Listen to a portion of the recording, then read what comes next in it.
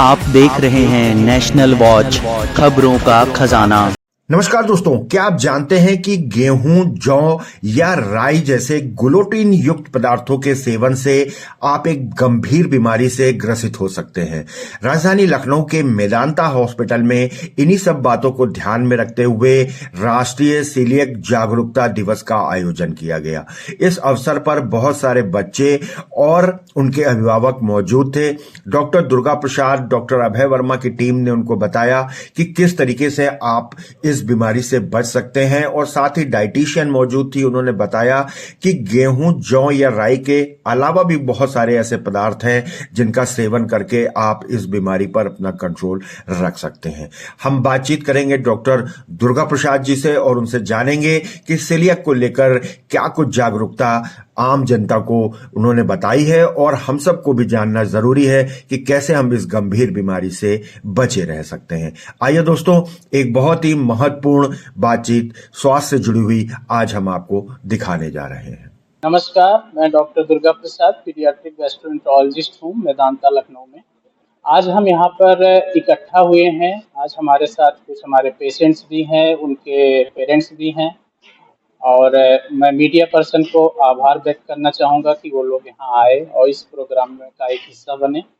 तो आज जैसा कि आप जानते हैं कि 13 सितंबर को हम आज सीलिएक अवेयरनेस डे के रूप में मना रहे हैं।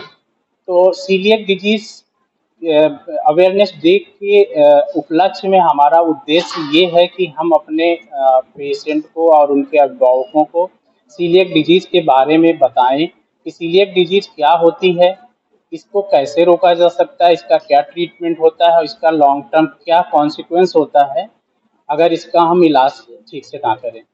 तो मैं ब्रीफ में बताना चाहूँगा कि सीलिएक डिजीज एक ग्लूटेन युक्त प्रोटीन खाने से सीलिएक डिजीज होती है। ग्लूटेन युक्त प्रोटीन हमारे जो मुख्य रूप से खाने में गेहूं, जौ, राई, ये 3 चीज़ों में मुख्य रूप से पाया जाता है। अगर हम इन 3 चीज़ों का सेवन करते हैं और हमारे पेशेंट में अगर जेनेटिक ससेप्टेबिलिटी होती है, इस तरह के जीन हैं अगर, तो उसको सीलिएक डिजीज होने की संभावना बहुत ज़्यादा रहती है। सीलिएक डिजीज में बेसिकली गैस्ट्रोइंटेस्टाइनल सिम्टम्स डेवलप होते हैं। यूजुअली 1 से 1.5 साल के बाद बच्चों में शुरुआत होती है, क्योंकि ग्लूटेन युक्त आहार हम जनरली 6 महीने के बाद ही शुरू करते हैं अपने बच्चों में।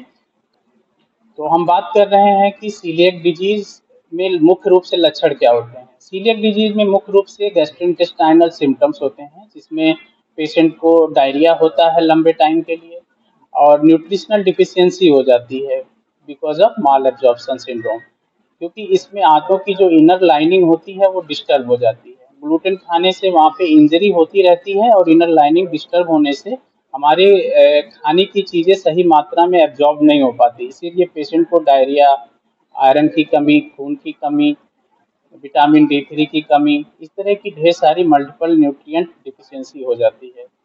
तो इसको हम अब मेन सवाल ये आता है कि इसको हम कैसे पता लगाएं, कैसे डायग्नोज करें।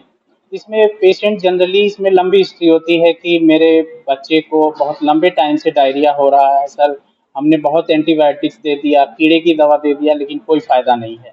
तो इसमें हम लोग एक high index of clinical suspicion हमारे पास होता है, और हम बच्चों का एक टेस्ट होता है TTG IgA, एक स्क्रीनिंग टेस्ट होता है, इसके माध्यम से हम डायग्नोज करते हैं। अगर TTG IgA बहुत हाई आता है तो हमारा सस्पिशन ऑलमोस्ट स्ट्रांग हो जाता है सीलिएक डिजीज के लिए। इसके बाद हमें इंडोस्कोपी करके एक डियोडनम से बायोप्सी करना होता है, और डियोडनम में बायोप्सी में हमें विलस एट्रोफी देखनी होती है। विलस एट्रोफी है मतलब कि उसके डैमेज जो हुए हैं आंतों में, उसके चेंजेस आ रहे हैं कि नहीं। तो बेसिकली ये हमारा इसको डायग्नोज करने का तरीका होता है।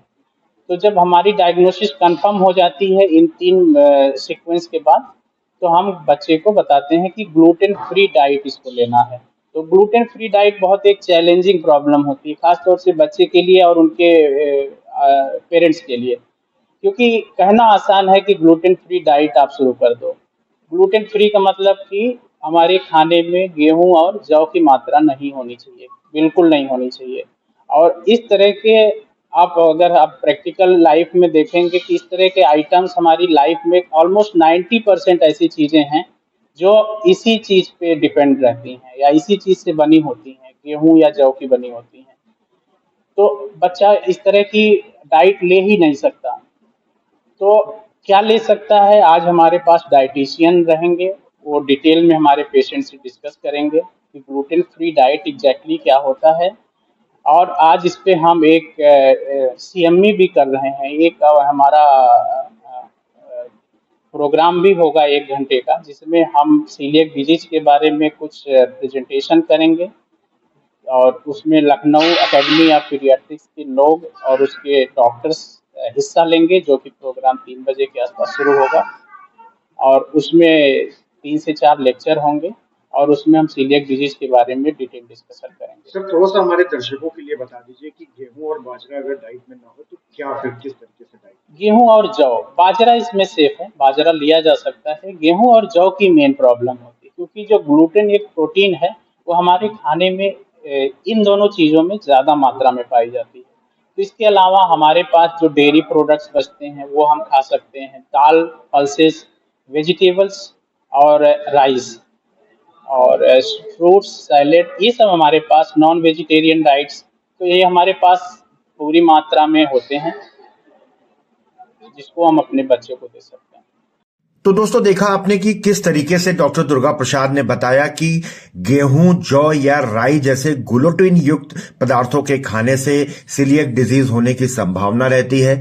इसीलिए आज मेदांता हॉस्पिटल में बच्चों को, उनके अभिभावकों को बुलाया गया और उन्हें बताया गया, बाकायदा डाइटिशियन भी मौजूद थी कि किस तरीके से अपनी वो डाइट को संयमित करें जिससे कि सीलिएक डिजीज से वो बचे रह सके। दोस्तों स्वास्थ्य से जुड़ी ऐसी ही महत्वपूर्ण खबरें और जानकारियां लगातार देखते रहिए, बने रहिए हमारे साथ नेशनल वॉच न्यूज चैनल पर। बहुत बहुत धन्यवाद दोस्तों।